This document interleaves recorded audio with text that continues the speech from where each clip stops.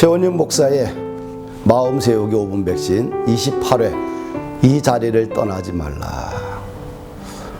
1996년 당시 신학대학원 입학시험을 보았습니다. 아내는 장로교 통합중 목사입니다. 나는 성결교회에서 자랐습니다. 아내가 먼저 신학을 했으니 교단을 하나로 정하는 것이 좋겠다고 생각하고 장로교로 정했습니다. 그런데 교단 문제로 친가에서 갈등이 일어났습니다. 우리 부부는 아무런 문제가 없었는데 부모님의 일생 동안 성결교회에서 신앙생활을 시작했고 너도 성결교회에서 자랐는데 장로교회로 가는 것을 반대했습니다. 당시 부천에 살고 있었습니다. 교단 선택 문제로 하나님 앞에 기도하게 되었습니다. 기도하는데 이 자리를 떠나지 말라, 하나님이 책임져 주신다는 메시지를 받았습니다. 부천에서는 우리 부부가 생활할 수 있는 터전이 없었습니다. 15개월과 3개월이 된 아이들이 있었습니다. 학교도 서울로 가기로 결정을 했고 부천에 머물러 있을 이유도 없었고 생활도 어렵고 여러 가지로 상황이 좋지 않았습니다. 결혼 전에 가지고 있던 모든 돈은 결혼과 동시에 부모님의 기도를 함께 하기로 하셔서 결혼하자마자 시골에 집을 지었는데 모든 돈을 다 썼습니다. 그리고 1년도 안 돼서 빈손으로 시골에서 나와서 부천 소사동에 거주하면서 살고 있었습니다. 그 당시만 해도 가난하고 가진 것 없는 사람들이 살기에는 월세가 무척 저렴한 편이었습니다. 아내는 하나님으로부터 응답을 받았다고 하면서 부천을 떠나지 말고 서울신학대학교 신대원을 다니라고 했습니다. 이것이 하나님의 뜻인 것 같다고 이야기했고 나를 설득했습니다. 1997년 1월이 되었습니다. 집주인이 어느 날 반지하에 살고 있던 우리 부부를 찾아오셨습니다. 자녀들이 중학생과 초등학생이 있는데 가르쳐달라는 것입니다. 할 일도 없는데 그렇게 하겠다고 했어요. 그런데 하나님의 놀라운 역사가 일어나기 시작했습니다. 2명으로 시작했는데 한 달도 안 돼서 아이들이 10명으로 늘어났습니다.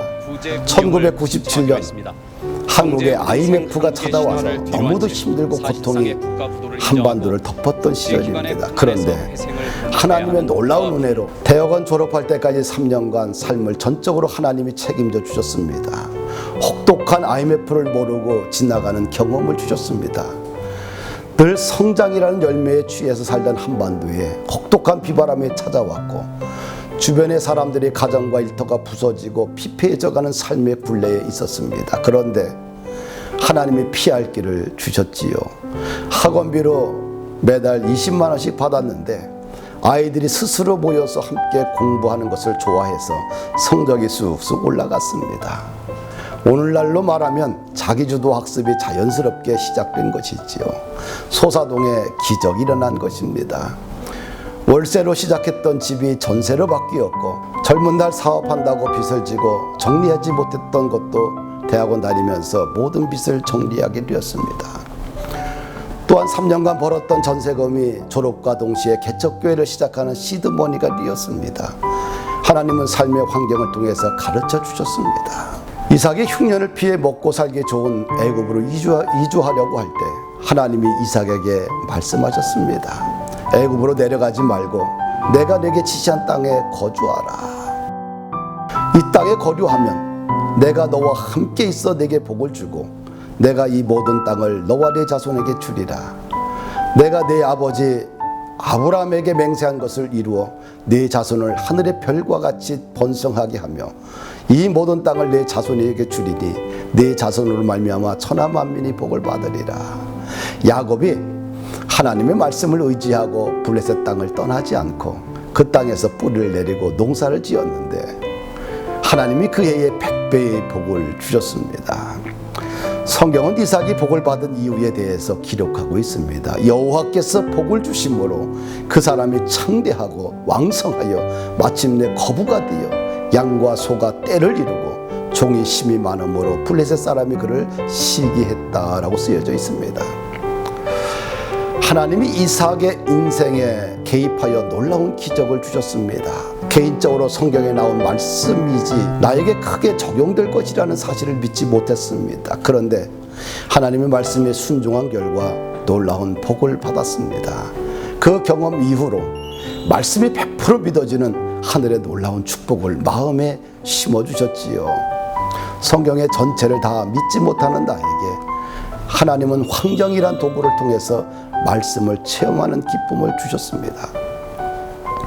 IMF 흉년 때 하늘의 만나로 먹이시고 입히시고 풍성하게 하셨던 하나님의 놀라운 기적을 경험했습니다. 말씀 따라 사는 것이 가장 지혜로운 방법입니다. 구체적으로 나의 삶의 중심부에서 나와 함께 하시는 임마누엘이 하나님이 계시기에 어떤 환경에서도 불안이나 염려나 갈등이나 고민이 별로 없습니다. 나를 인도하시고 나의 삶을 보고 계시고 철저하게 통찰하시는 주님이 나의 헌신과 순종을 기뻐하시기에 늘 기쁨과 감사함으로 살아가고 있습니다. 믿는다는 것은 축복입니다.